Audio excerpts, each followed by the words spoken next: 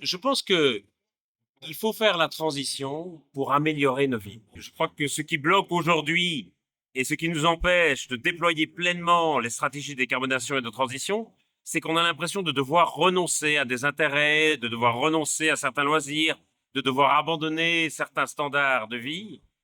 Et c'est pour ça, je crois, qu'on n'en a pas très envie et qu'aujourd'hui, il y a beaucoup de forces contraires à la transition et de gens qui disent au fond, à quoi bon, pourquoi est-ce qu'on fait ça? Et je pense que tout l'intérêt, si on veut réussir la transition, c'est de montrer au contraire comment cette transition peut être un projet et comment elle peut améliorer la qualité de vie de tous. Il faut voir la transition pas seulement pour faire baisser les températures, mais aussi pour avoir de meilleurs transports, de meilleurs logements, une meilleure alimentation, une meilleure santé, c'est-à-dire des bénéfices qui soient tangible et immédiat pour tous. L'erreur que nous avons commise quand on parlait de la lutte contre le changement climatique, ça a souvent été de déployer un discours qui était soit un discours moralisateur, fondé sur des valeurs morales, et donc qui était facilement perçu comme un discours culpabilisant, il fallait faire ça, ou alors un discours qui soit fondé sur la peur en insistant sur les risques associés à l'inaction, en disant voilà si on n'agit pas, voilà les catastrophes qui vont se passer, voilà les milliards que ça va nous coûter.